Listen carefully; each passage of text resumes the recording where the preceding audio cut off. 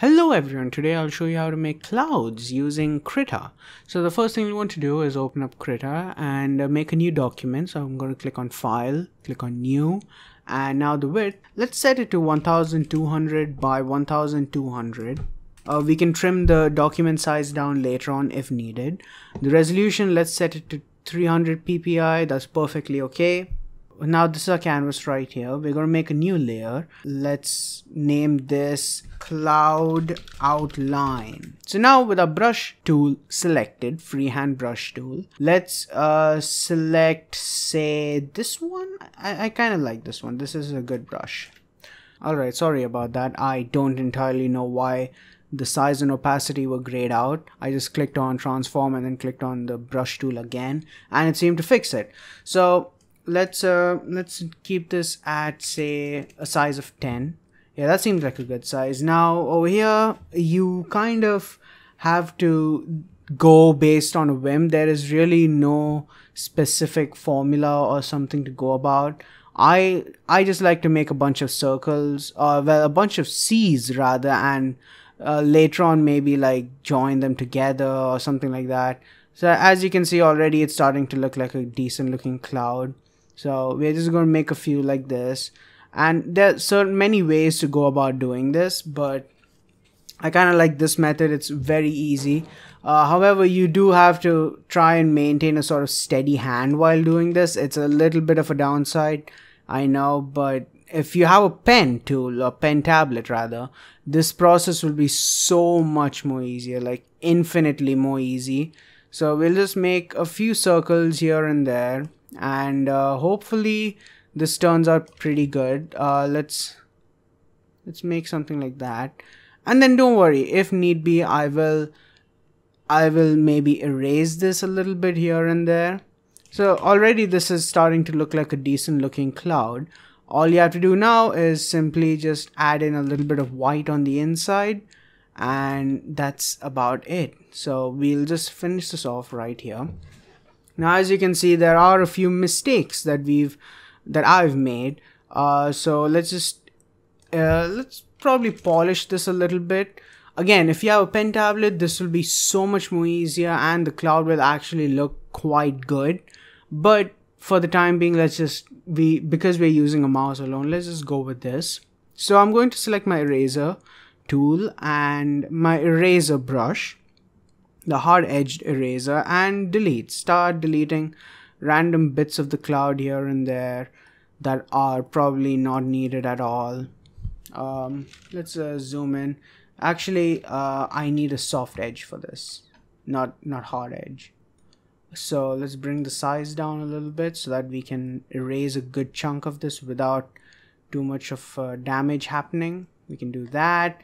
Erase this a little bit here and there. There you go. That's a good amount. And maybe we can erase this one right here like that. And there's a little bit over here that I see you, that little thing that you're there. I don't know what you are. And there you go. There's a very tiny amount just to get rid of over there. And there you go. In fact, maybe let's just get rid of a little bit from here as well, just because we did add a little bit of an extra line over there. Now we have this one piece right here like that. You can make several clouds using this method. Just go for a simple circle. I'm going to return back to my ink brush tool. It's ink brush 25 for those of you wondering. And I'm going to change my size, the size of the brush to 10. And okay, so let's try a different cloud this time. So we'll do something like that. No, hold on, something like that, something like that, and like that. Like I said, there is really no formula to this. There is no method to do this. It's really all on you. This is a very, very simplistic process you can go for. There are many methods to do this. This is just one of them. You have a nice cute little cloud right there, and there you go. See, nice little squarish cloud. I kind of want this to be a good looking circle right here. Okay, it's very difficult for me to move it, to do this with my mouse. Apologies for that. There you go. See, these two are looking pretty decent so far. We can probably maybe work on this a little bit and maybe make it a little bit better than it is, or well, make it good right now. That's the better adjective to use over there. Alright, so now I'm going to take the eraser tool, eraser brush, sorry. I'm going to take the eraser brush and go over this like I did with the previous one, just trying to perfect this, trying to like scratch at little areas that seem imperfect and try to perfect them. This seems like it's too much of a bump, and yeah. Now all of this can actually be done with, say, a polygon tool. However, it will be a little bit difficult. It can also be done with a Bezier curve tool. Now this is an interesting one because you can do it with this and it will actually turn out pretty good. So if I do that and then do that, however, it does take a little bit of time to actually perfect this particular tool, and overall it just seems a little bit too difficult to do for this particular thing, for this task. I feel like using the mouse was just like a solid, like way more easier than using the Bezier curve tool. We have that right there, and I feel like I can probably erase a little bit from here as well, because it seems like it, no, let's not leave that. Let's just leave that as it is. Maybe over here, no. Yeah, you know what, this seems pretty good so far. So now I'm going to actually increase the size of this because I kind of drew them a little bit too small. So we're going to increase the size so that it's roughly each is approximately 1/4 the size of our canvas. Approximately. It doesn't necessarily have to be 1/4. It can even be a little bit bigger. It can be a little bit smaller. That's totally up to you. So now let's just get rid of the background, and we're going to make a new layer above that, and let's call this layer cloud color. There you go. Okay, so now pick any brush. I kind of like to go for, I kind of like this fill circle. I kind of like how it is. It's a kind of a marker type of pen. It's pretty good. Kind of like it a lot. So we'll go for that. And we'll change our color from black all the way to white. And let's just start coloring it in. You have to make sure that you have selected your cloud color layer. Otherwise, if you select your cloud outline layer, you're going to have a lot of problems getting rid of the white color if you mess up. Click on the cloud color layer and let's just start painting it in.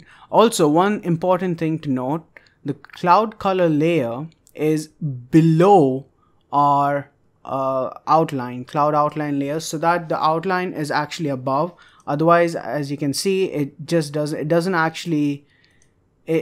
look right. If I were to place this on top, see, you can see the difference already. Also, one final thing, this is something I should have done earlier. I've completely forgot about this. Let's add a sort of color to the background just so that we can see what we're doing. I kind of like to go for a grayish looking color just so that you can see how much, you can see the contrast over there, like gray, from gray to white, and you can tell whether you've missed any spots within the cloud. So I've hidden the first two layers and I've made a new layer right underneath our cloud color layer. And now I'm going to use the fill tool with gray color selected, and I'm going to click just on the canvas. Okay, so now let's bring back our cloud. And there you go. See, so far we haven't, I think we've missed a small portion over there. Let's just fix that real quick. I'm going to select my cloud color layer again. And this time with my fill circle brush selected and the brush tool, freehand brush tool selected, I'm going to select white color and let's just continue on. Boom. There it is. Those two right there, they are clouds. Now I'm going to disable our little gray layer that we made, and I'm going to use a rectangle select tool to make sure that our canvas isn't too big, because all of this space right here, sorry, not that, this space right here, this is all unwanted space and it's just going to make our file a lot larger than it actually is. So I'm going to click anywhere outside the canvas right here and bring it all the way down to the other side. And now I'm going to make sure to leave a little bit of gap below our second cloud, so that there's a little bit of a gap right there. And also you want to make sure that the clouds are placed in such a way that they don't overlap on any of the axes. I'm going to show that to you real quick. So I'm going to, for the time being, let's just shrink down our canvas. I'm going to cut the canvas, in fact, trim it to selection by going into image, select trim to selection. So now real quick, I'm going to show you what I mean by they don't go over each other on either axis. Now if we were to assume two imaginary squares around our images right here, we have to make sure that they do not overlap, because otherwise that too can create problems when you bring it into Unity, because then when the sprite editor actually cuts the sprites up, it's going to essentially give you a sprite that looks something like this. Of course, this is only assuming that they actually overlap. So you have to always assume an imaginary square around your little sprite, just to make sure that nothing is actually touching that imaginary square. Nothing should be inside that square. So we're gonna get rid of that real quick. These two layers were just little educational layers, if you may. Now we're going to export this as a sprite sheet directly, because I mean it's just there already, so why not export it as a sprite sheet. So I'm going to disable the background layer, that's a white layer, and I can, no, that's a speck of something on my monitor. Oh my god, I have to clean that. Okay, let's leave that aside. So I'm going to save this as a PNG. I'm going to go into file, click on export, and I'm going to call this clouds sprite sheet. There you go. Now the naming convention, it's totally up to you. You can call this whatever you want. It's preferred that if a sprite sheet is there, you name it, you actually have sprite sheet somewhere in the title. So the type, I'm going to save it as PNG, so that we actually maintain the transparency of this right here. So click on save. Let's leave the export options as they are. Click on OK, and boom, that's it. We are done. Now if you want to see an excellent use case of this sprite sheet right here, Demkeys has done an amazing tutorial on his channel where he uses this sprite sheet along with the two other sprite sheets we made in the past few videos to make an amazing little platformer game, 2D platformer game. So yeah, I'll leave a link to his video in the description down below. Don't forget to check it out. It's a really good tutorial. He uses Unity, and he uses the tile map editor, the new tile map editor, along with a bunch of other stuff here and there. So yeah, anyways, thank you all so much for watching. I really hope this tutorial helped. I really hope this tutorial series helped you in some way or the other. If you have any comments or any feedback, please leave them in the comments down below.